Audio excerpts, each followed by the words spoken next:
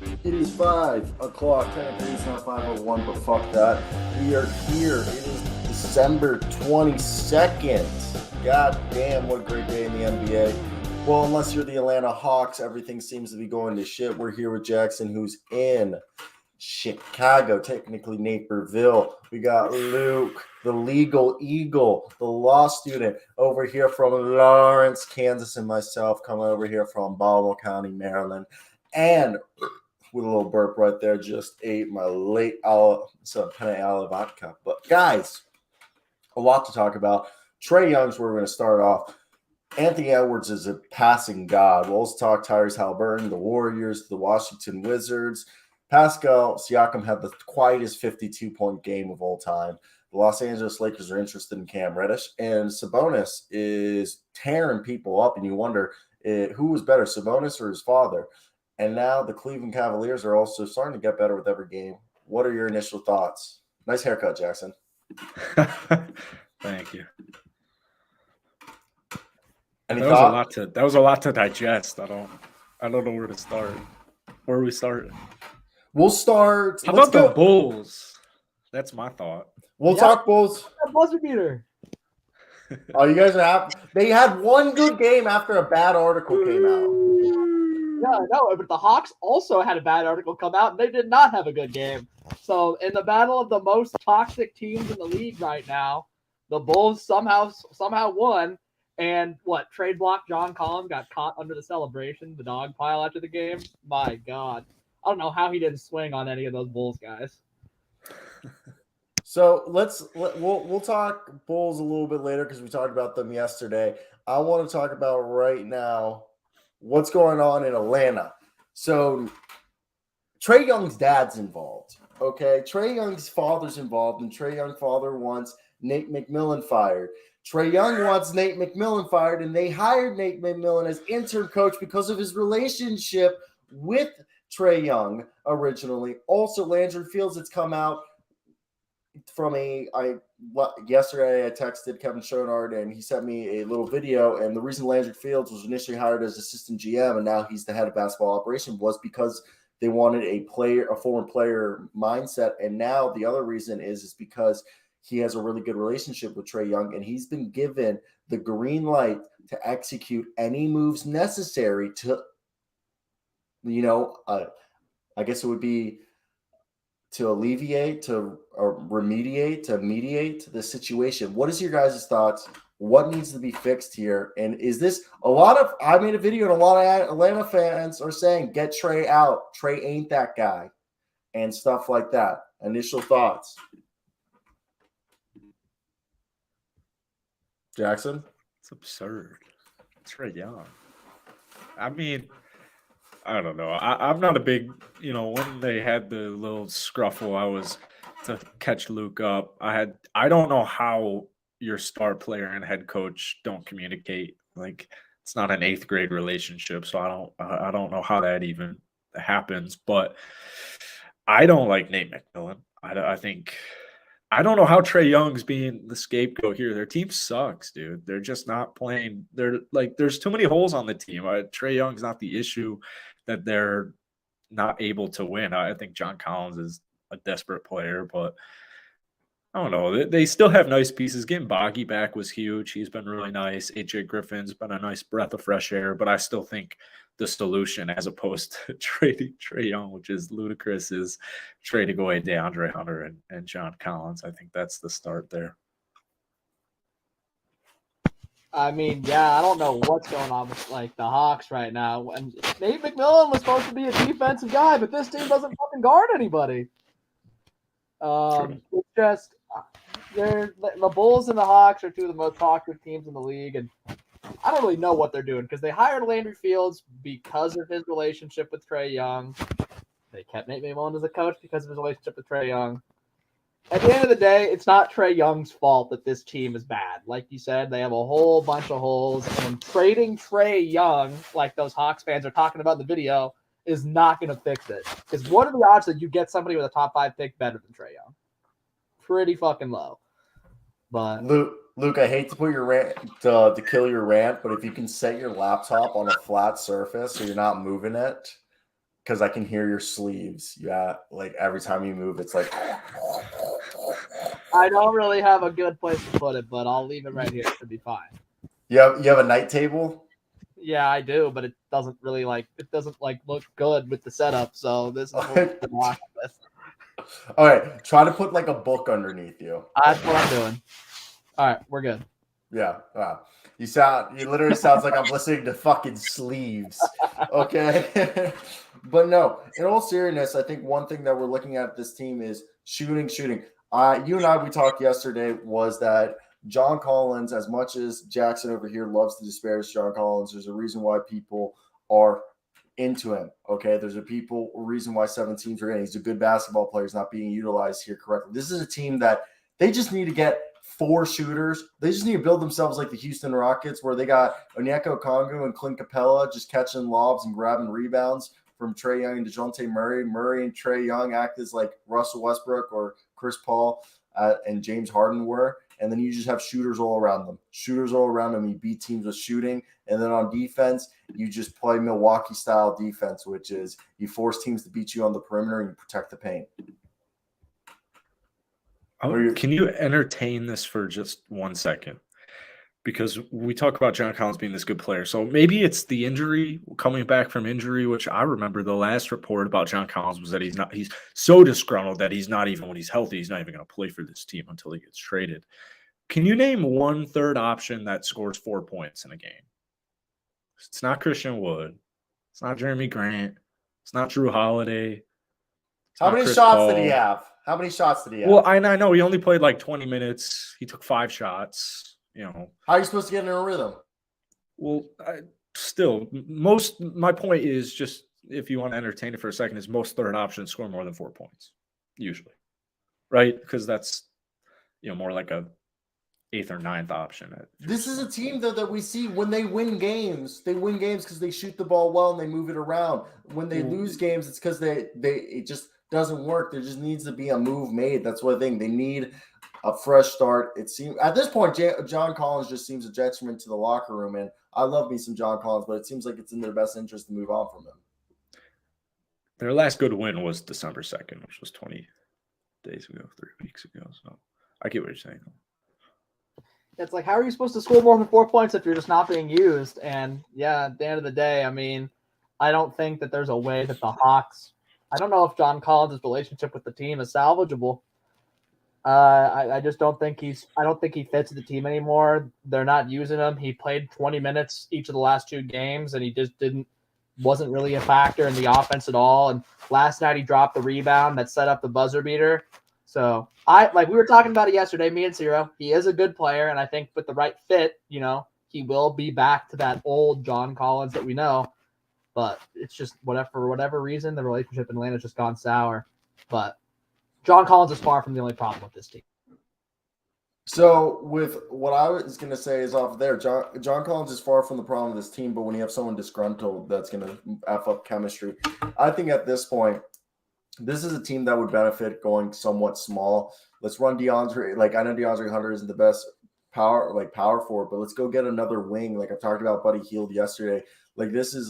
And if firing Nate McMillan needs to be the other thing that needs to be done, let's fire Nate, okay? And then let's go out and get ourselves guys. I think at this point with John Collins, you need to get yourself guys, like split his contract into multiple players. We've thrown this one out. I know Orlando wouldn't be interested, but what if you get a 3-team trade done where you send him to Utah sends somebody to Orlando, and you get yourself Gary Harris and Terrence Ross from Orlando? Yes, now you have a glaring hole at power forward, but you hope DeAndre Hunter and Jalen Johnson can hold it up there. You run Onyeka Okongwu and Clint Capella at center. Then you got yourself at the wings, Boggy. You got Boggy, Griffin. Now you brought in Ross, Harris, and then you got Murray and Young, and you still got Justin Holiday and Aaron Holiday.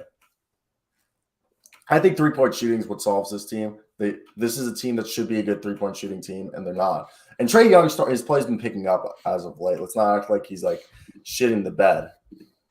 3 straight 30 burgers.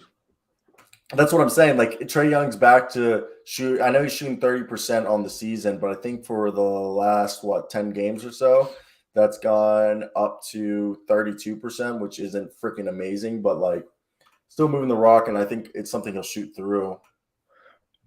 a big issue I see with the Hawks is like outside of Trae and DeJounte, their highest assist number is 2 with Bogey, and that's Bogey. And that's well, Yeah. I think Bogey at this point, they need to use him as like the backup. Like, look, maybe they gotta find like Bogey's their backup point guard at this point because our Aaron Holiday hasn't worked out. Should be the backup ball handler, I think. But yeah, like the Hawks, it's too stationary on offense. If you have 2 guys that are dominating most of the assist totals, like they're not moving the ball, they're not sharing it, not spreading it around, and getting more 3-point shooters would certainly solve that and boost up the assist numbers of those guys. And they need some 3-and-D guys. They need some guys who not just shooters. They need guys who can defend as well. Do you think at this point going small like the Los Angeles Clippers is the most beneficial? Yes. Yeah, going small to expose those matchup problems, but they need guys who can at least defend. They're giving up like 116 points a game this year, one of the worst in the Eastern Conference. And again, Nate McMillan was supposed to be a defensive guy, and their defense has fallen off of a fucking cliff. So you've got old school coach. Yeah, old school defensive guy. Not saying he's a terrible coach, but he's run out his welcome with this team. His coaching style, for whatever reason, just seems to have worn out. Outside of that fluke run in the playoffs, outside of that fluke conference finals run in the playoffs, this Hawks team has been average. So at the end of the day, Nate McMillan's got to go, and that's where they start. All right, let me say this. One thing that people don't realize is during that run, what did they have? Oh shit, they ran this 4 lineup that they could run that they can't now. It was Clint Capella, Danilo Gallinari, Bogdan Bogdanovic, Kevin Huerter, and Trae Young. Oh wait, what's that lineup? 4 out, 1 in. Oh shit, this team's best runs in the last 2.5, 3 years have been when they run what? 4 out, 1 in. And you got Onyeka Okongwu, who's a great, at this point, a high-level backup center, can rebound at a good rate. His only problem is fouling, and he doesn't have the most diverse offensive game, but he's more diverse than Clint Capella. But Clint Capella is one of the best rebounders in the league. So I don't get why you're not running out here this lineup where it's Trae Young, DeJounte Murray. Like, it makes sense to trade John Collins for wing players and a backup ball handler because another deal we talked yesterday, Buddy Hield and TJ McCollum. You get a backup point guard who plays defense and can shoot threes. He's not the best at it, but he's willing. And then you get another sniper in Buddy Hield, and this would allow you to run a similar Clippers line where you have Capella and Onyeka rebounding, a little bit of Kaminsky if you want, who's shown flashes of being, all right for this team. And people forget Kaminsky's not a bad player. But then you run Griffin, Hunter out on the wings, and you run Justin Holiday. If you got yourself a player like, Buddy Hield, and then you have Bogdan and as the other wings, and then you have Trae Young, DeJounte Murray, and if you can get a backup point guard there, it's Aaron Holiday. It's just, let's just shoot as many threes as possible. Said it all season. The loss of Kevin Huerter is a top 3 departure in the NBA. And it's all because Atlanta is a little cheap. So a lot of articles have said that a lot of the stuff that has fucked this team over is luxury tax saving moves. Yeah. You know what this reminds me of? This reminds me of when those 2000s Phoenix Suns team let a restricted free agent Joe Johnson walk to the Hawks because they didn't want to pay him and Robert Sarver was cheap. It really hurt them. They never got over the hump and won the Western Conference, and they really could have used a wing scorer like Joe Johnson. This is what that reminds me of. I'm not saying Kevin Huerter is the Joe Johnson is on that level. He's not. Joe Johnson is a phenomenal player, but losing him really, really hurt this team. Yeah, no, and it definitely. I just think at this point, Landry Fields, you're a player. You see what's going on with this league. Get on the court. And let's wrap up. Let's say that'd be fine. Let's wrap up this segment just because I want to see who the Atlanta Hawks coaching staff is currently, and I want to see who would be the most likely to be promoted to head coach. So currently, their coaching staff. That'd be funny. I mean, that'd be an insane move. What if they just because the Celtics said they would let him walk for free, and let him walk to the Nets for free. And the Nets were just dealing with the backlash of Kyrie and stuff, so they couldn't do that at the time. So the current guys on the roster, Joe Prunty was the one who drew up the game-winning shot AJ Griffin did. So it seems like Joe Prunty might be like lead assistant. They have Jamel McMillan looks like the son of Nate McMillan as an assistant coach, Nick Van Exel, and Mike Lombardi. So in my opinion, it'd either be Nick Van Exel, former NBA player, longtime assistant, or Joe Prunty.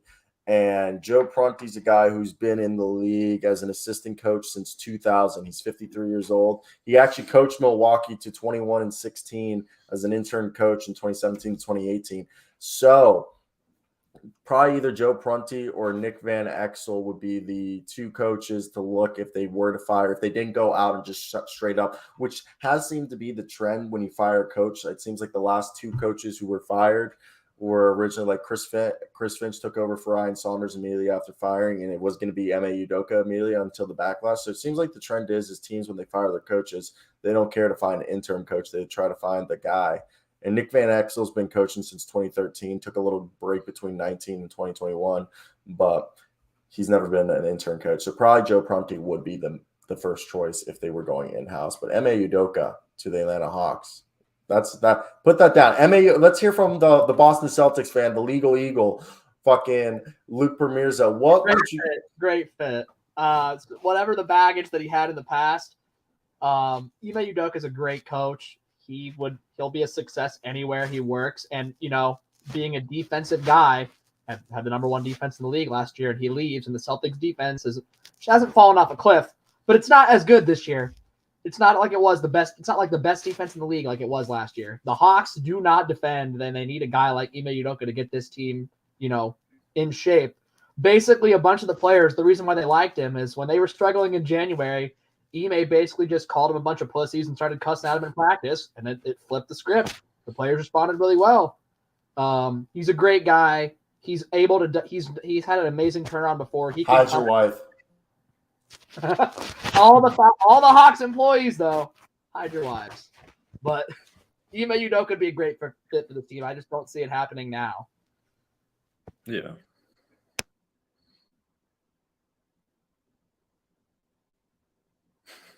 You're muted.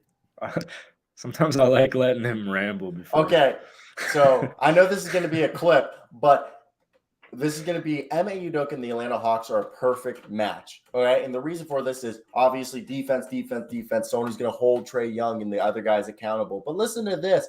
Last year, this was a team, okay, the Boston Celtics, that were second in three-point attempts, sixth in three-point percentage, but second in three-point makes. That's what they need, okay?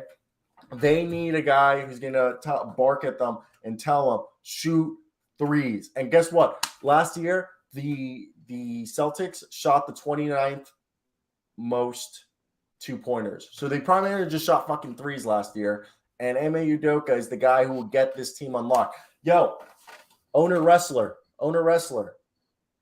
Ime Udoka and the Hawks are made perfect. If you want someone to take control and grab Trae Young by the balls, that's fucking Ime Udoka. Just hide your wives. Under Brad Stevens, that team took a lot of mid-range jumpers, and Ime Udoka phased those out of the offense. It was Jason Tatum, Jaylen Brown, and a whole bunch of shooters, and it seemed to really work wonders for the team, especially in the second half when it all clicked. Ime Udoka is a perfect match for the Hawks. I just don't think that they will hire him now. If they do hire him, it will be at the end of the season. But I think they're probably just going to go with an interim coach right now, maybe elevate Joe Prunty, because we don't even know if they're going to fire Nate McMillan right now. Jackson? True. I love that. Just true. Let's move over and let's talk about Anthony Edwards becoming the lead facilitator for the Minnesota Timberwolves. This guy is doing everything. They've turned D'Angelo Russell into a shooting guard, and he's playing phenomenal as it. But this has turned into Ant-Man, the passing man. What do you guys think of this? And are you guys in agreement that Anthony Edwards, a guy who's right now averaging like 24 points a night, 7 rebounds, and freaking 6 assists a night with 3 steals a night, 2 steals a night? The guy's absolutely an animal. And guess what? It's all because he has fucking space. Because when Rudy Gobert comes off the floor, they go 5 out with Naz Reid, Kyle Anderson, and freaking J.D. McDaniels and D'Angelo Russell. It's beautiful.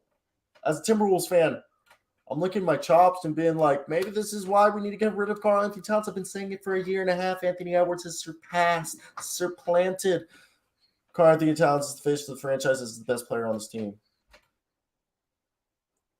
Definitely. Ant's averaging 7 assists in his last 5 games, which is beautiful. Yeah, I mean, I don't really have anything new to say about Minnesota. I mean, the trade Cat, I think it's just abundantly clear. But I don't know if they'll pull the trigger this year. I think that might be more of an offseason thing.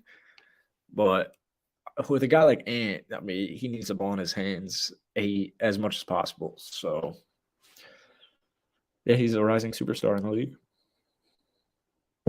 And most importantly, he's not a pussy like Karl Anthony Towns. So, Yeah, you guys basically said it. Anthony Edwards, he's really come alive. The facilitating part of his game is a nice surprise because that's not really what we expected to be one of his strengths. But I mean, he's a dog. He has everything you want out of a player. When he applies himself on the defensive end, he's a dog. He can score. He can take over a game with his offense. This is a guy who maybe won't average a triple-double, but he can flirt with averaging a triple-double. He's a 20 and 7 and 7. He's like a 25, 8 and 8 guy. That's what I think his ceiling is.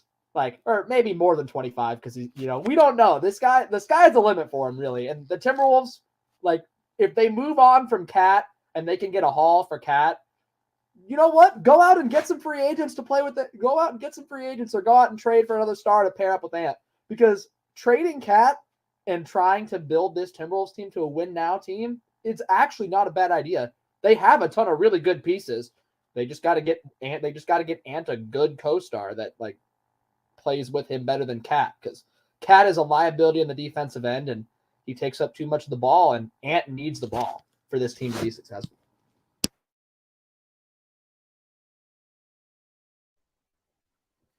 Jackson? what?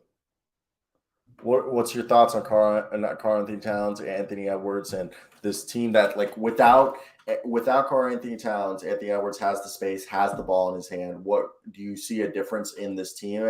Even Rudy Gobert's out here averaging 15 and 15 or like 16 and 15 or some shit since Anthony Edwards has taken over as like lead facilitator / creator, everything. Well, I mean, yeah, I don't think the Timberwolves are fixed because they're still going to need a little bit more. So that's why I want to trade Karl Anthony Towns. You can get some of those assets back in the Gobert trade. But I mean, yeah, when you have your franchise guy, you got to go all in, and it's really only a matter of time. That's why I would trade Cat immediately. I'm not trying to be disrespectful to Cat, but like he's not a fatty, but like if I got somebody who's not like the most fit person on the planet, Kyle Kuzma and Will Barton in a first-round pick from the Washington Wizards, and I'm good. Yeah, I mean that's fine. But my point is, if worth 4, man, come on, Cat, you're telling me like Gobert was worth 4. Cat's at least worth 2. If Gobert's worth 4. I think there's going to be a lot of internal issues if you keep Karl Anthony Towns for the rest of the season, and like I was saying, like.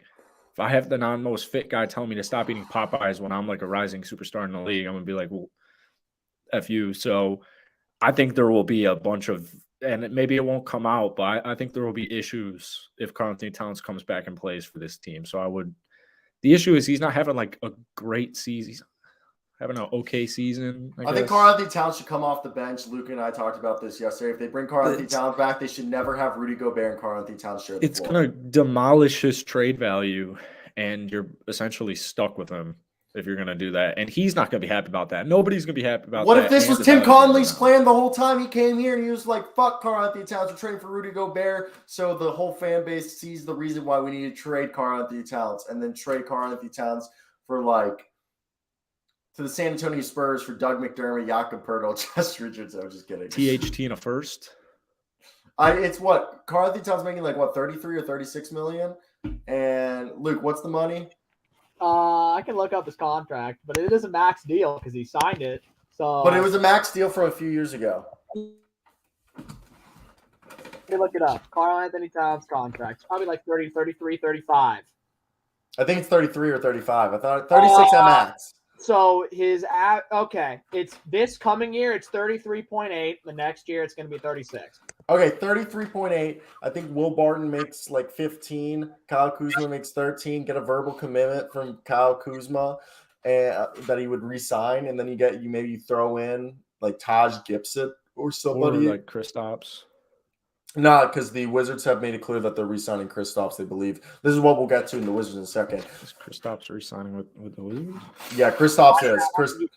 Cat signed I forgot about the massive extension that he signed on the offseason because that makes him even more immovable. So, yeah. Well, okay, let's call up the San Antonio Spurs.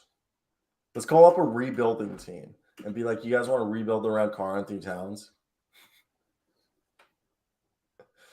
Is that the Spurs should never do that?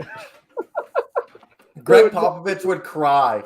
Greg Popovich would cry if Karl-Anthony Towns ever touched. You know who should get him? The Houston Rockets. Eric Gordon, baby. Oh my God. Dude, his extension is massive, man. I know. $225 million over 4 years. I mean, he fits the profile of what the Magic want to do. I love the Orlando Magic. I would never want them to get Karl-Anthony Towns, but they want to pay him $50 million a year starting in 2024? Hell no. Hell no.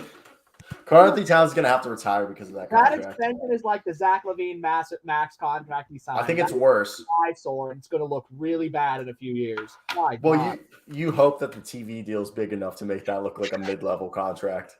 Yeah, you hope, because wow, that is bad. And they signed him that this offseason, and they can't trade him until at least next year. And his value's kind of tanking his value's kind of tanking months after they signed him. So it's pretty immovable contract. So let's talk about a team that we kind of just brought up, and it's interesting to look at this squad because if you think about it, it's changed so much over the last few seasons, and they've announced recently that they're going to build from the middle. They don't want to, I just wrote an article and I said this was the only solution. Mark Stein is the one, or Josh Robbins, my apology. But Mark Stein said they approached the Phoenix Suns and offered a package centered around Rui Hachimura for Jay Crowder, and they were rebuffed.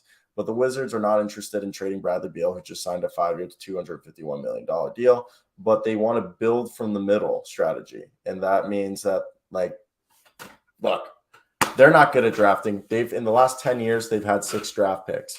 Otto Porter Jr., Troy Brown Jr., they technically had Jerry and Grant. They also had Rui Hachimura, Denny Avdia, Corey Kesper, Johnny Davis, and I feel like I'm missing one guy in there. Otto Porter. Yeah, I think that's like everyone. That's been their first-round pick since they drafted Bradley Beal. And I agree. They can't draft for shit. This team has no idea how to draft or at least develop talent. And at this point, it's in their best interest. They've got 8 good players, okay? Let's be honest. They've got 8 good guys right here, okay? I actually have this right here. Yeah, Otto Porter Jr., Troy Brown Jr., Rui Hachimura, Denny Avdia, and Corey Kesper and Johnny Davis have been their 10 picks since they drafted Bradley Beal. And they've got 8 guys on this roster on this team. Those guys are Beal, Porzingis, Gatford, Morris, Avdia, Kesper, DeLon Wright, and Jordan Goodwin. Everyone else on this roster should be able to be traded. And what do you guys think? Build from the middle? I don't think they should blow it up because there's just no point. This is a team that should be actually just trying to make the play in the playoff. Blow it up. They should blow it up, man. This team hasn't done anything. They should free Bradley Beal, man. Free Bradley Beal. He deserves to be playing for a winner, not the fucking Washington Wizards.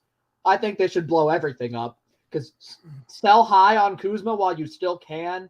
Trade Porzingis while he's playing well. Trade Bradley Beal. Blow this thing up. They're 12-20. They're not going anywhere anytime soon. I know they can't draft for shit, but it's better than to blow everything up and to just try to tread water by paying a bunch of these guys to lose and not even make the playoffs.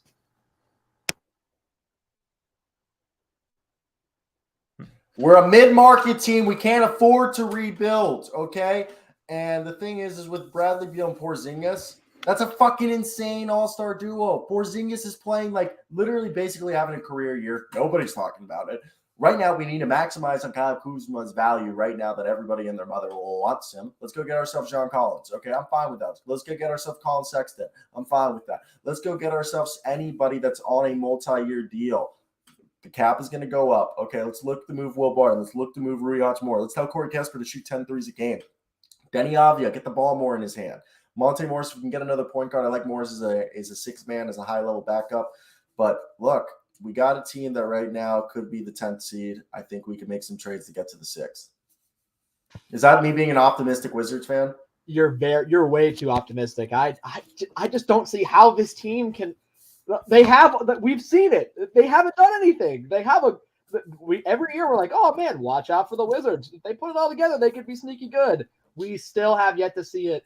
And like you said, even with Porzingis having almost a career year and Bradley Beal still like doing good and Kuzma averaging 21 a game, they are still terrible. They don't play any defense and they're still terrible. Just blow it up, man. You can't really get people to want to play for a mid-market team like Washington, especially when this team has no direction. And I don't even think trading for John Collins helps this team. I don't know how trading for anybody helps this team. Agree fully. I don't know. I actually don't know how if we got any Wizards fans watching this video right now, I feel so bad for you guys. You guys deserve so much better. Watching the Washington, I'd rather watch Charlotte Hornets than the Washington Wizards. That's a bold statement. So let me break this down to you. Bradley Beal will be traded in the next 14 months. You're choosing to watch the Charlotte Hornets over the Wizards with or without LaMelo. Any day of the week. Bradley Beal will be traded in the next 14 months because I don't know how he's actually still in a Wizard uniform. I feel so bad for him, almost as bad as the fans. Kyle Kuzma's about to leave Kyle Kuzma's about to leave your team, right? Kristaps Porzingis will either do two things. He will either get injured and you will lose all your trade value that you had, or he's going to leave you. Don't. You guys are slandering my Wizards. Now, I will give you some credit. Your front office is horrible. It's not that bad. We're not that bad. Yeah, most people knew Johnny Davis was a bust, but I don't. I actually like Johnny Davis coming out. I didn't think he was 10th overall, but I thought, at 16, he wasn't that bad. He was a pro-ready guy. He played 3 years. It goes back to my original statement that most front offices have no idea what they're doing when it comes to either like managing a basketball team but especially drafting basketball talent. Like they don't have any idea what they're doing. So I get what you're saying because it's like, all right, if I'm going to trade all these guys, what in the hell am I going to do? But it's like you have this short window. I know Beal just signed this extension, but it's only a matter of time. We got 3 years.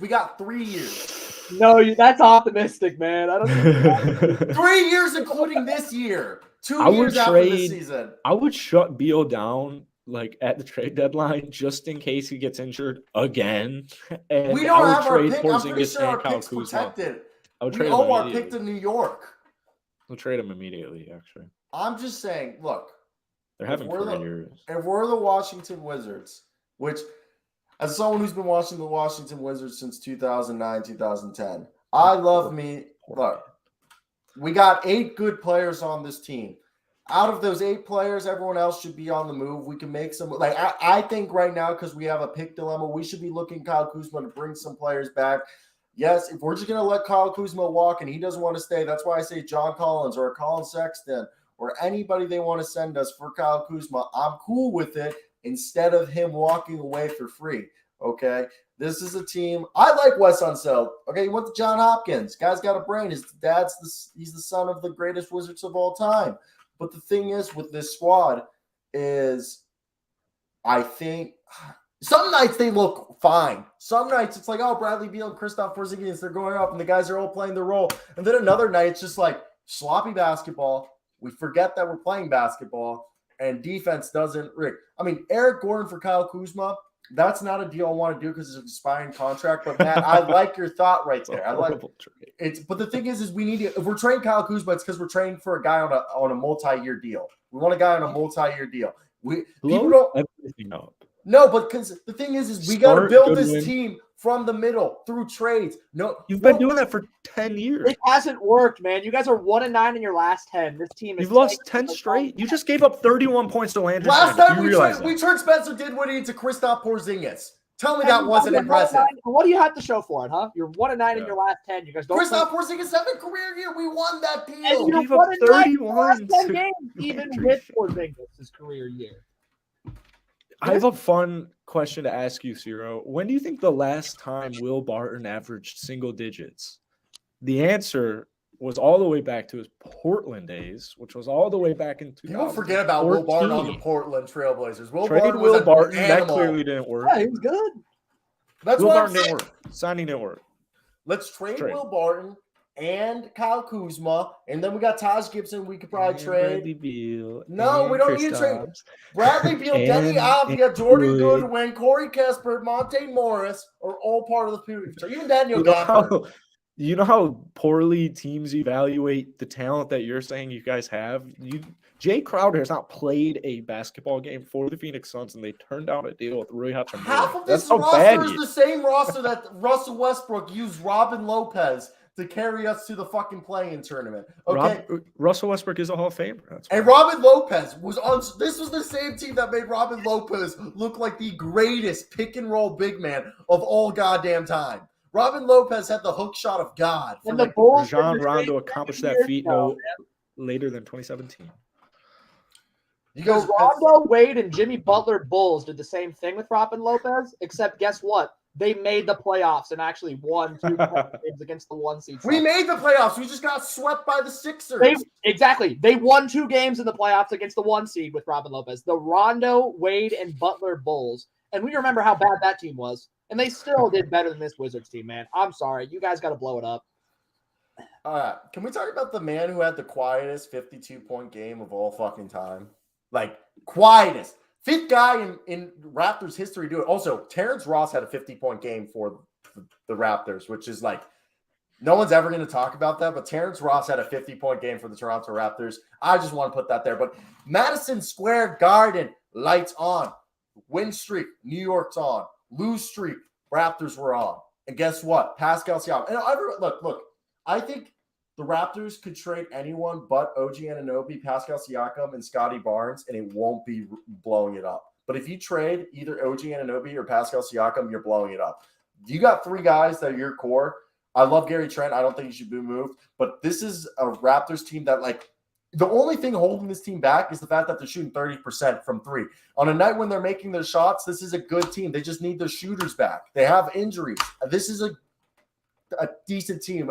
They shouldn't be blowing up. They got a defensive player of the year candidate. They got basically a unicorn from Cameroon, and they kind of rhymed accidentally. But Pascal Siakam, 52 points. Thoughts, guys? Unicorn from Cameroon. You kind of did make that rhyme, but I don't know. On paper, that doesn't make too much sense for rhyming. But so, slant rhyme, rap. If Siakam didn't drop 52, this would have been a blowout. But to their credit, they're still, this was OG's like second game back. Gary's out. They still need a bench scorer. I think Gary Trent might be the guy to place on the bench. This is a different Scotty Barnes. I think he's just going through a slump right now.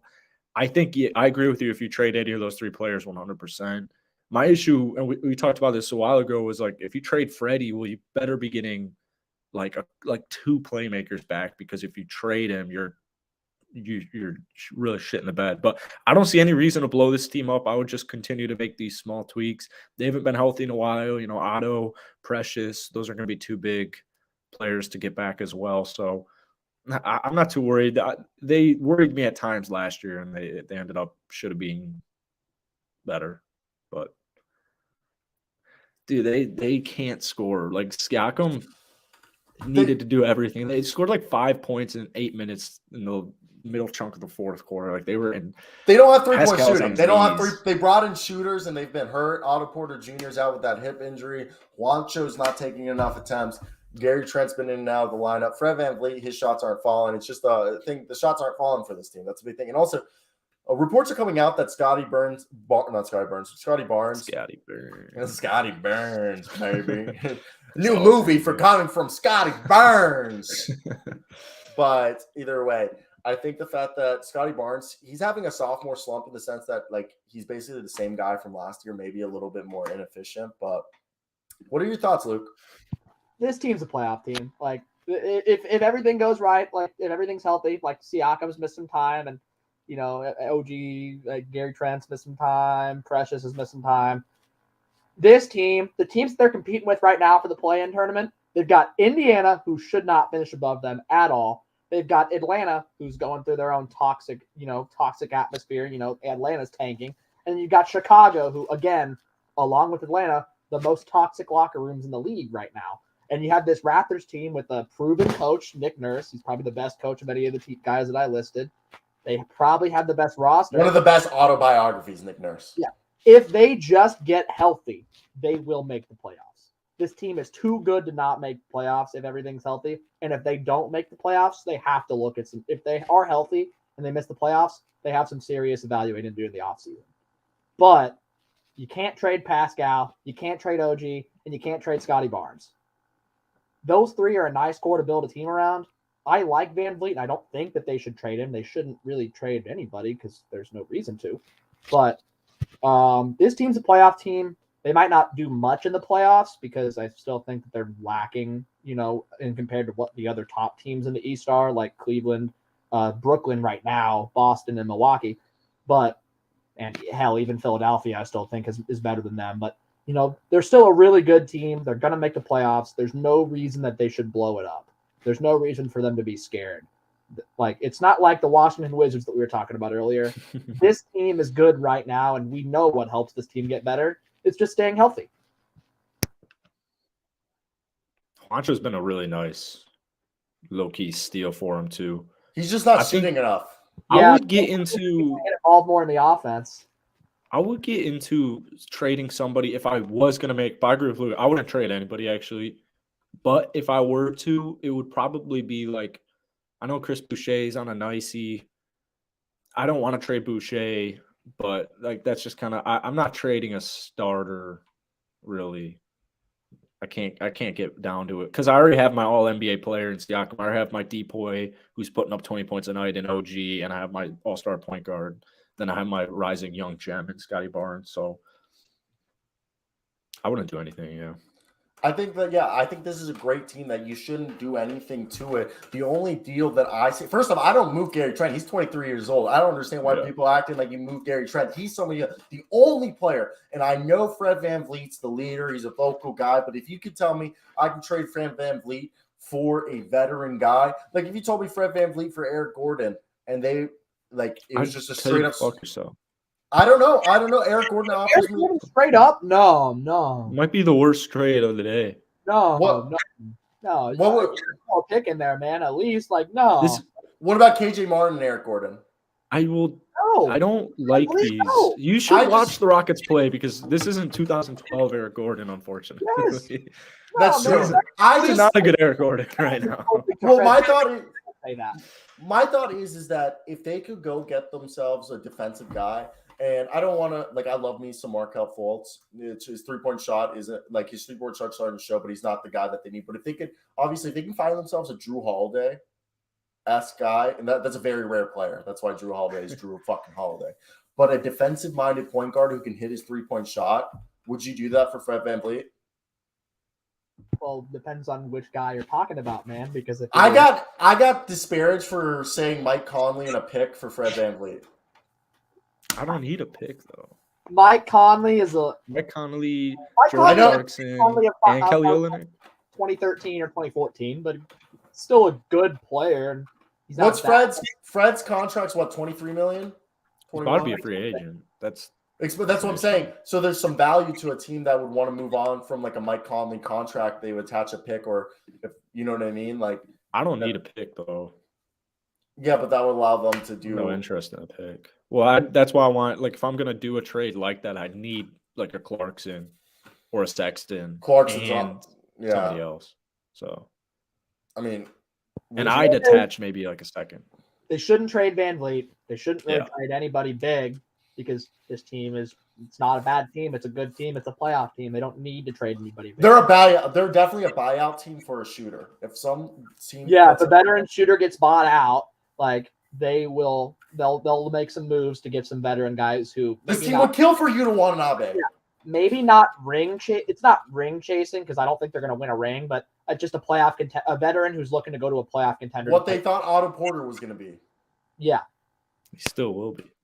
He's on a hip injury, and I don't trust hip injuries. Hip injuries are like one of the worst injuries like players Yeah. can. Like, look at Isaiah Thomas, but, Killian Hayes.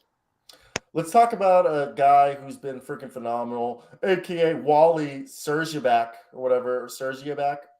Wanna be all-star? Come on. He apologized last night for it, but he called him a wannabe all-star and he apologized. Tyrese Haliburton, dude, I saw him against the Boston Celtics and I had to make a video. Dude, he caught a shot, literally turned and hit it from like half court, then another where he was driving to the rim and just dumped it off the Miles Turner. Tyrese Haliburton, goddamn. I had him for most of the mock draft going to Atlanta because I thought his size would have been perfect next to Trae Young. Oh, I was right, but yo, TP. We just finished talking Raptors. Like literally 5 seconds ago, we stopped talking Raptors, TP. If you want to rewind, watch the Raptors bit, check it out. We just finished talking Raptors literally 30 seconds ago. But Indiana, what do you guys think they got? I love what they got. Chris Duarte, Tyrese Haliburton, Benedict Mathurin, keep Miles Turner. Okay. You got yourself a team right there. And it's starting to come together. I think this could be a team that makes the play-in. We had the Detroit Pistons and the Orlando Magic as our dark horse teams to be in the play-in talk. And guess what? The Indiana Pacers all offseason weren't on that list, and we had them closer to the bottom tier. And goddamn, were we wrong. The Indiana Pacers might be that dark horse young play-in team that we never thought about. Maybe this is a team that in 2 years could be the Eastern Conference equivalent of the Memphis Grizzlies, where they're just a few veterans away from starting to make noise as the young guys start to age up.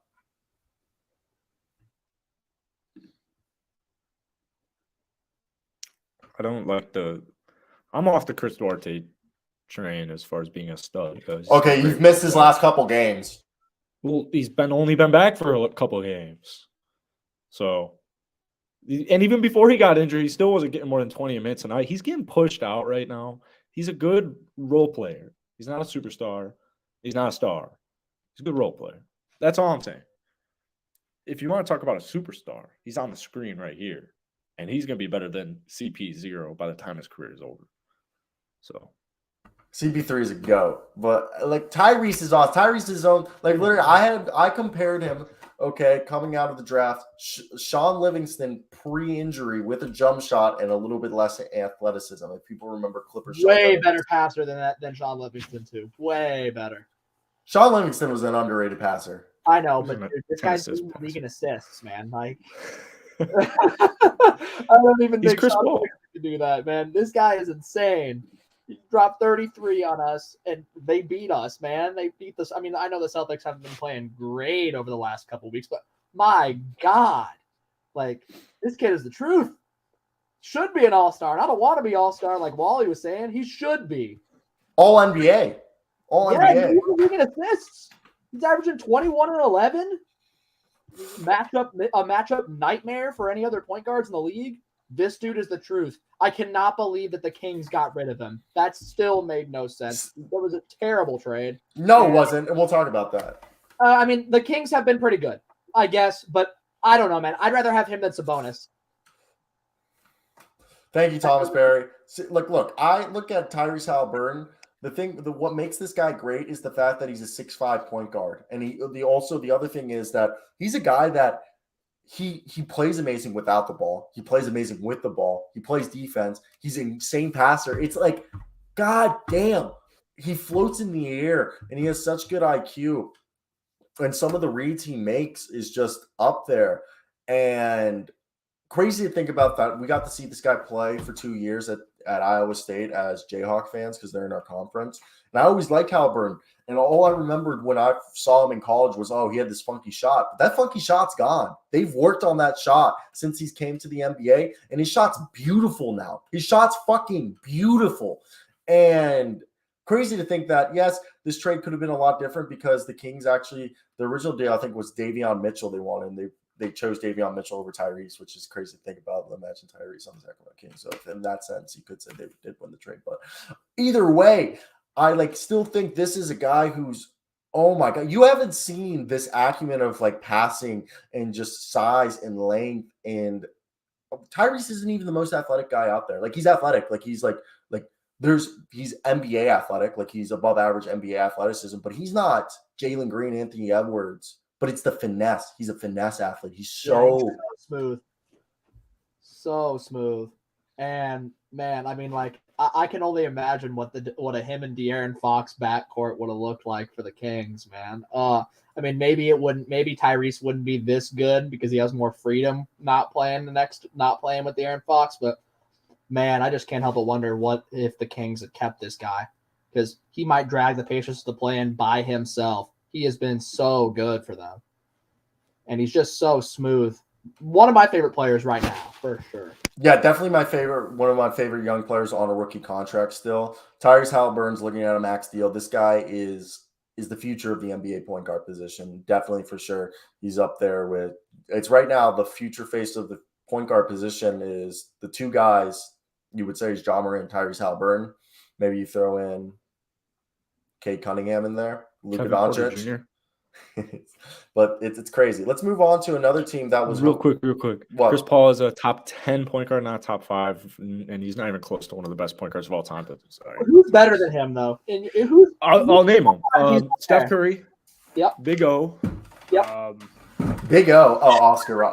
Magic Johnson. John Stockton. And Chris I'm forgetting one. John Stockton, man. John Stockton is worldly better than Chris. Zero. I mean, John. I'm missing one. Who am I missing? Chris Paul is better. Oh, Isaiah Thomas. Yeah, obviously. Well, who's better, Russell Westbrook or Chris Paul? For what? Just pure talent? Who's a better point guard? You said John Stockton was better than Chris Paul. Is Russell Westbrook better than Chris Paul? Russell Westbrook isn't. Is Kyrie better than close to John Stockton? I think he's closer to Chris Paul. He's not at Chris Paul. I'm a Chris Paul top 5 guy. Arguably. Yeah, I am too. Like, I think it's he better be 5 on that list, though. Yeah, it's like what? Oscar Robertson, Magic, Steph. I think I have Magic as the number 1 because Isaiah Thomas. I assume it. I wasn't going any order, but yeah, I'd say maybe Isaiah Thomas and then Chris Paul. I just think. Imagine if Magic Johnson played in today's era and Magic Johnson's the only guy that could play every single position. Like he literally started. Tyrese Halliburton is smooth like Magic Johnson. Yeah, like Magic Johnson played all 5 positions. Like he started at center in an NBA Finals, and like Magic's number 1, best point guard of all time. Yeah, like because we assume if he played today, he would have like a 40% 3-point shot. Yeah, and he would have averaged more than like 19 a game because fast paced. Like the Showtime Lakers were a fast paced offense back then. And the pace of the game today just would suit Magic so much more. Yeah, Magic would be even better today. Yeah, it's like my same thing with like Larry Bird. I think like literally LeBron James is Magic Johnson and Larry Bird put into one person, like basically. Yeah. And that's like the only equivalent. And like I think Larry Bird and Magic Johnson are 2 guys that would like be even better in today's games. Yeah, and not many old guys you can say that about, at least in my opinion. But Larry Bird and Magic Johnson, those are 2 guys that would be. Yeah, like Larry Bird and like Kevin Durant would probably be eerily similar. Yeah, like Larry Bird shooting a phenomenal scorer and an elite 3-point shooter in a time where guys didn't take more than 3 to 4 threes a game. And rebounder. People don't realize this guy was averaging triple doubles like his first few seasons. Larry Bird and Magic Johnson would have either averaged a triple double or flirted with averaging a triple double. Yeah, insane. Literally be Luka Doncic stats for them. Yeah. Either way, let's move over to the Warriors. I was listening to The Athletic. They're talking about the Warriors. This season was supposed to be the passing of the torch. And they're trying to say that usually by your second or third year, you can tell if those guys are going to be those guys. And out of all their young guys, Jonathan Kuminga, James Wiseman, and Moses Moody, they said the only guy that shows that he can be that guy is potentially Jonathan Kuminga. He's only one showing that he has that dog mentality. I think James Wiseman's shown flashes like that 30-point game we saw, again, where they got blown out. I think Moses Moody's could be a very high-level role player. I don't think you give up on them. I think you do need to make 1 or 2 moves to get, like, Baldwin's also showing flashes. What are you guys' thoughts? Is it time to give up on the young guys? I just don't think, this year, I think you just keep rocking with it. It's going to figure out. You don't move on from the young guys. It's going to work out. Big men take a while to develop. Jonathan Kuminga, Moses Moody, the only way they're going to get better is more reps. And same thing for the rest of the guys. And if it all works out, you got yourself 5 guys between Ryan Rollins, Patrick Baldwin, James Wiseman, Moses Moody, and Jonathan Kuminga who can make up your bench. And then when the torch is finally passed in 2-3 years, maybe it is Jordan Poole, Andrew Wiggins, Jonathan Kuminga, Moses Moody, and James Wiseman. When Kevon Looney, Andrew Wiggins, not Andrew Wiggins, because we assume Wiggins would be part of the passing of the torch, but Draymond Green, Klay Thompson, Steph Curry, and Kevin Looney move on. Thoughts?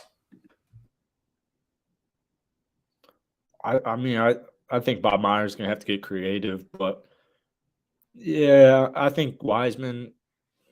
Like that's the thing with Wiseman, he's gonna show those flashes, and it's just, I mean, he can play bully ball, but I don't know if he necessarily makes the Golden State Warriors better, even if he's dropping 30 off of the bench. I can't look at yesterday's game at all because you're missing so many players. You're missing Steph, you're missing Klay, you're missing Andrew Wiggins.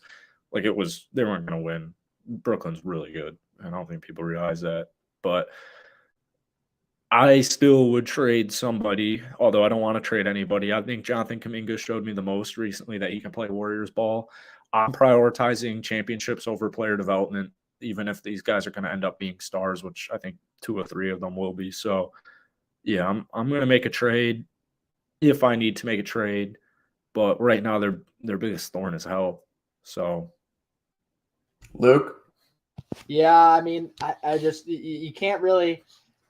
I don't know, man. I have trouble accepting the fact that like moving on from those guys, like James Wiseman. Again, Likewise. Yeah, we James. should have drafted LaMelo. Yeah. Oh yeah, but that's in the past. Like obviously, If my aunt had balls, she'd be my uncle. We already failed with Wiseman. like obviously they fucked up there, but Wiseman, again, flashes. He did score 30 the other day. I know that they lost by a lot and they didn't have anybody, so they needed it. You might look at it as empty stats, but I think just this thing is they really expected Jordan Poole to take that next step, and he's basically the same player he was last year.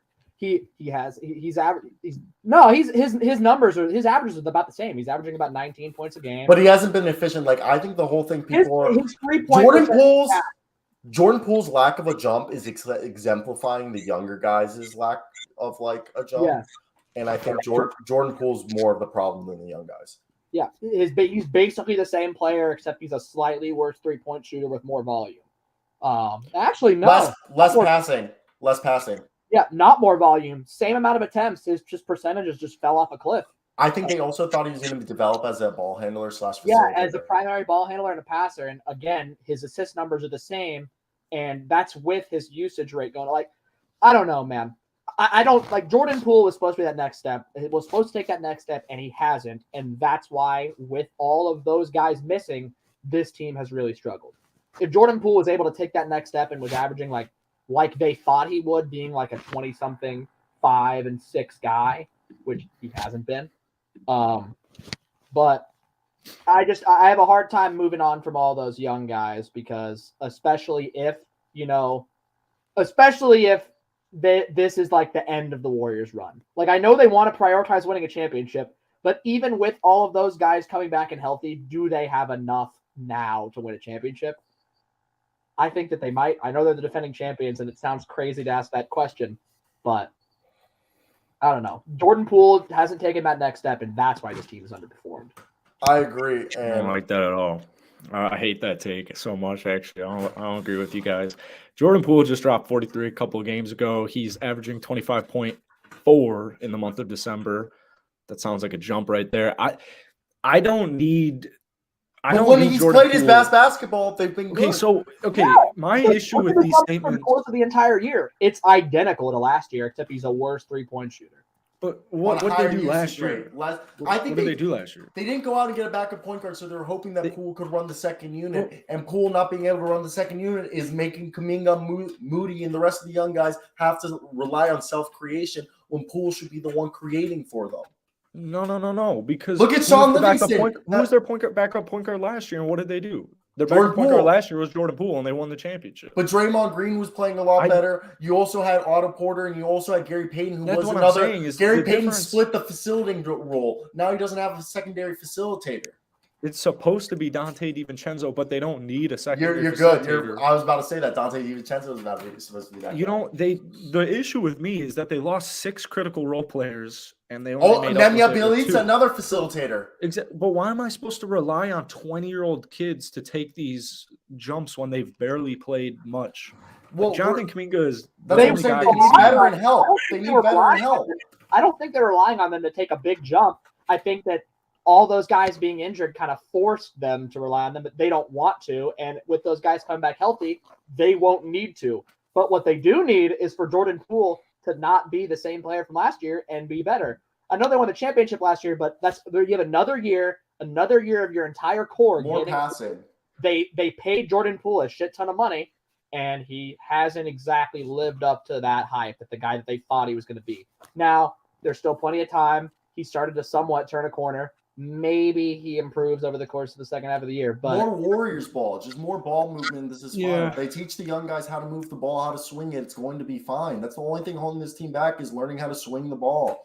And I have issues with Jordan Poole's he doesn't seem like, I don't know, sometimes. But what do shooters do? They go through slumps. So I think 25.4 for a whole month is more than I need from Jordan Poole. And I think that they desperately need veteran help, just like last season. I know he's averaging 25.4 for a whole month, but if you look at his percentages, his shooting splits, they're basically what they've been for the entire year: 33% from three and 45% from the floor. He's I will take that. That's better than his last month where he's putting up 39.5 and 25.5. He's taking more shots, and that's why his raw scoring numbers have gone up. But in terms of efficiency, this past month is identical to his numbers from last year. That's not really a jump. That's similar efficiency numbers, and he just, he hasn't improved like I thought he would. Let's move on to another subject. I was wrap this episode up. We got two more subjects, or three more that I want to talk about before even Pirtle, but maybe we don't. Cleveland Cavaliers, they're becoming more poised, and I think this is a team that with every win, they're just getting better and better, learning how to play, and I think Karis LeVert has solved the wing problem, and Ricky Rubio's about to come back. Do you guys think the Cavaliers are a team that could make some noise? Yeah, why not? I think Donovan Mitchell's having a phenomenal season. I still don't think they're quite at that level of Brooklyn, Boston, Milwaukee, and even Philly. Maybe they're around Philly. I don't know. I still think they're they're a couple sprinkles away from getting me off that ledge. I don't know. I don't think they're quite at championship. I think actually having championship aspirations or expectations, I should say, is a little too soon for Cleveland. But they're definitely heading in the right direction. Donovan Mitchell has done a phenomenal job all season. Best defense in the league. Luke? They're great. Yeah, this team, as far as with the whole championship aspirations thing, I think there's no reason why this team shouldn't have championship aspirations, at least right now. They're third in the East. Besides Brooklyn, Boston, and Milwaukee, I don't think there's a team in the Eastern Conference better than them because at the end of the day, I don't trust Doc Rivers in the playoffs. And I think that the Cavs, I think the defense is going to be a huge signifier because obviously the best defensive teams tend to do better in the playoffs. Got to be able to defend. This team defends. And also the Twin Towers, Evan Mobley and Jared Allen, man, those guys are good. Those guys are really good. We're having 2 7-footers like that, man, the Cavs are scary. I certainly wouldn't want to play them because we already lost to them twice. I agree, and I think this is a team that their defense is getting better and better, and it all just comes down to the playoffs when your rosters, lineups get shorter, and can their bench help this team, and can they hit their shots? I think that's the one thing that's just holding this team back. Any other thoughts before we move on? No, I think you summed it up well. Cavs are good. They might not be the best. They might not be on the same level as the top 3 teams in the East that we talked about, but if not, they're a year away from contention. Yep. I'd say they did another year with this core together, and they can do some scary things in the playoffs. So you got Sabonis out here looking like the best player on this Sacramento Kings team. At first it was De'Aaron Fox, who's still playing phenomenal, but Sabonis has opened up everything for everyone. Keegan Murray, the Walmart Target store brand version of Klay Thompson, a.k.a. Kevin Huerter, Harrison Barnes playing defense. And this is the number 1 offense in the league right now, I believe. So, you just can't outscore the Kings right now. What is your thoughts on this? That Harrison Barnes, number 40, kind of looks photoshopped in there. It does. They're a great team. They're really fun. I'm very happy for them. Sabonis, I know we were talking about him at the start of the season. It was a little bit of a different Sabonis than we're used to, but they're clicking, they're grooving. Herter's huge for them. Keegan Murray's nice and promising. De'Aaron Fox is De'Aaron Fox. So hopefully this team can at least, because we know it's building blocks, so play in at worst. They got 2 All-Stars in Fox and Sabonis. Malik Monk, man, he's averaging 14 a game as the sixth Yeah, man. Malik's great. Malik Big Monk. Lakers loss. I think this is a team that Mike Brown's gotten them. I think their defenses, they're starting to figure it out. And it's a team that I think, obviously, I think they could be making some noise in the playoffs as like a 6 seed, maybe scare a team. I don't think they're at title contentions, but they've got a core. They've got a starting lineup between Fox, Barnes. I mean, Barnes probably on his way out, but next year it's probably going to be a core of, they've got 4 guys right here for the future in Herter, Murray, Sabonis, and Fox. Maybe next year you move Herter to small forward, Murray to power forward, and you put in Davion Mitchell at shooting guard, and you hope he takes the next step. But this is a team that could start attracting free agents. It's Sacramento, not a bad place to live. And I think it's a team that Sabonis is showing his worth, and he's not bad at defense. He's showing he's not horrendous at defense, and he's starting to take a 3-pointer a game now, and he's shooting them at a decent clip. I'm really surprised by this. And Sabonis' creation level is just opening up everyone on offense. And this is a team that has, I think it's 8 guys scoring double digits or 6 guys scoring double digits. It's something absurd. I think they have 6 guys scoring double digits, and then they have 5 guys scoring 8 points a night. Something absurd. This team is 6 guys with more than 12 points a game right now, including I'm going to push the Malik Monk sixth man of the year propaganda right now because, man, he's been an unsung hero for them. I was just looking at him off the bench. Man, he's been really good.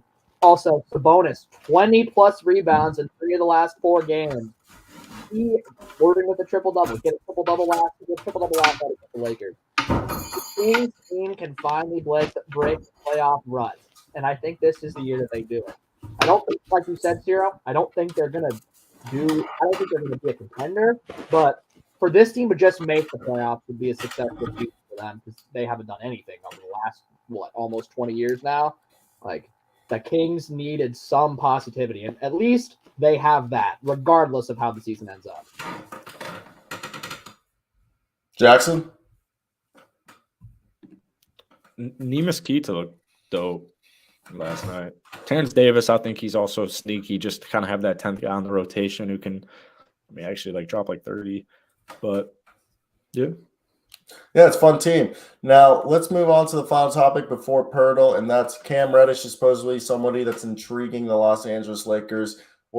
Supposedly the New York Knicks want a protected first-round pick back after a few weeks ago. They said a couple second-round picks would be enough. What are your thoughts of Cam Reddish going to the Lakers? I feel like he's just some guy that under the bright lights of LA playing for Darvin Ham and next to LeBron, he would end up having a great year and giving them the size and shooting they would need off the bench. I don't know why Cam Reddish just seems like the guy who just played well next to LeBron. Yeah, I do think Cam Reddish would. I think there's very few players. I think there's a very select few players who could play well in the crib under those lights because it's just completely different. As we've heard so many people say that. But I don't get the first round pick. I don't really see what the hype is with Cam Reddish. He's had a couple of good games in his long NBA career, so I don't think he's worth the first. But for the Lakers, I think it's definitely worth the gamble because they have no health right now. They don't have much offense and how much defense. They want to pick back. They traded a protected for him, and that protected pick turned into DeJounte Murray. Yeah, so they fucked up. So I think that's where they need to just accept they messed up on that and take what they can get. But I'd give him a second at least. He's an expiring contract at his restricted free agency rights. Luke, what's your thoughts of Cam Reddish going to the Lakers potentially? I think he's the type of guy, maybe not the Lakers, but maybe. But he's just the type of guy that needs a fresh start, I think. I think Atlanta didn't work and New York didn't work. But, at some point, do we say that Cam Reddish is just not good? When do we realize that? Because if he struggles for the Lakers, that'll be another team that he just really struggles for. The consistency's not there. I'm still waiting to see it. He's definitely not worth a first-round pick. Definitely not. I wouldn't spend it on him unless you're sure. And the Lakers aren't exactly a team that's going to be picking in the late 25 to 30 range. So, the odds of the pick being a productive player are a little bit too high for me to justify sending a first-round pick for Cam Reddish. But maybe the change of scenery benefits him. I don't know. He's shown potential, but my God, it's just 2 second rounds may not even be worth it. Yeah, I give you a 1 second round in cash consideration for Cam Reddish. But look, Cam Reddish, there's two teams that I feel like he would – a few teams that I feel like. Raptors, Clippers, Lakers, Portland Trailblazers are all teams that I feel like he would be. Even the Utah Jazz. Those are all teams that I feel like give up a second-round pick, some cash considerations for Cam Reddish so you can get his restricted free agency rights this offseason so you can either give him a qualifying offer or a cheap multi-year deal or match any offer sheets. But he's a guy that I feel like give him – look, I looked at his averages. He's had multiple times where he started at small forward and was an 18 points per game shooter or scorer on like 7 threes a night, shooting close to 40%. He's shown he can shoot at a high level. It's all about and average like 1.5, almost 2 steals a game. Like he's shown he can be a decent defender. It's just about having the right coach to motivate him in a situation where he feels like he's being utilized right. Any last points you guys want to talk about? I see why the hype. I see why it's not too late to not have the potential, but he's also had some big duds being a starter and he's had a bunch of injury issues his whole career. He's in the league now. This is his 5th year in the league. At what point? Fourth. No, it's 5th. I'm pretty sure. Yeah. Fourth. Nope. I looked it up. It's his 5th season. It's his 4th season. I looked it up. It's his 4th season. You asshole. 5th season, including his rookie year, bud. I'm looking at it right now. I have it on my phone. Cam Reddish. 20 was his first year. Oh wait, That'll be the difference. You're right. I'm stupid. Yeah, you're stupid. This is his 4th season. Yeah, it's a brain fart. I just misread it. But yeah, again, this is 4th season in the league. That doesn't change my point. He's been healthy once. Yeah. It might not be it. Like it might not happen.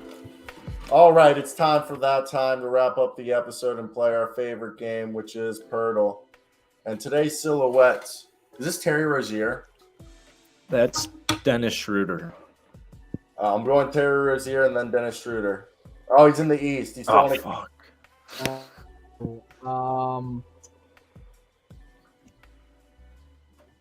He's 29 or 30 years old. Yeah, and he's a guard. And okay, so he's 29 or 30-year-old guard. He plays either in the Atlantic or the Central. Who's the 29 or 30-year-old guard that plays in the Atlantic or the Central? Oh,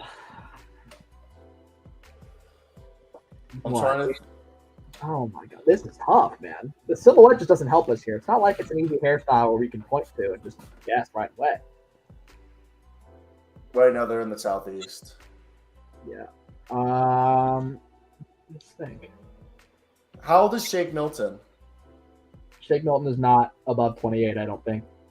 But if you want to guess Shake Milton, and then Nah. I'm trying to think of an older guard.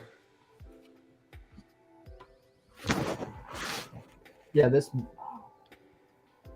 I know this isn't it, but okay. So he played for Milwaukee. He played for the Bucks. He played for the. And he's exactly 6'4". Yeah, so that's a good guess. And he's in the Atlantic. And he used to play for the Bucks, and he's in the Atlantic. Ooh. He used to play for the Bucks. It's in the Atlantic. Not Malcolm Brogdon? He's not. Malcolm Brogdon? Is he 29 or 30? Hey! There it is. Good shit, Luke. Wow, that didn't look like him in the silhouette. Now I see. No, not at all. But, not at all. He looked like Terry Rozier. Yeah, but used to play for the Bucks and in the Atlantic. I'm like, who else would that be besides Malcolm Brogdon? That I can't think of anybody. So yeah, Malcolm Brogdon. All right, that was today's show, guys. We'll be back here tomorrow at the same time, 5 p.m. Went a little long today. I had a bunch of talking points, but I hope you guys did enjoy. A few games tonight. You'll be back here tomorrow, Luke? Yes, sir. All right, I'll see you tomorrow, Jackson. Yep. That looks like a warm jacket. Monday through Wednesday of next week, or Monday through Thursday of next week. It's not going to probably work for me because, we'll be in Memphis for the Liberty Bowl. Sounds good. I'll talk to you guys tomorrow. All right. Peace.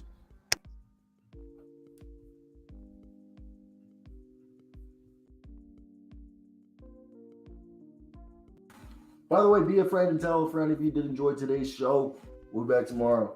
We have I think it's 118 episodes now. I'm uploading them all to the podcast. I need to get better at that, but 106 of the episodes are on streaming services. By tonight, they should all 117 or 18 be on there. So bye. Be a friend and tell a friend if you did enjoy it. Like and subscribe.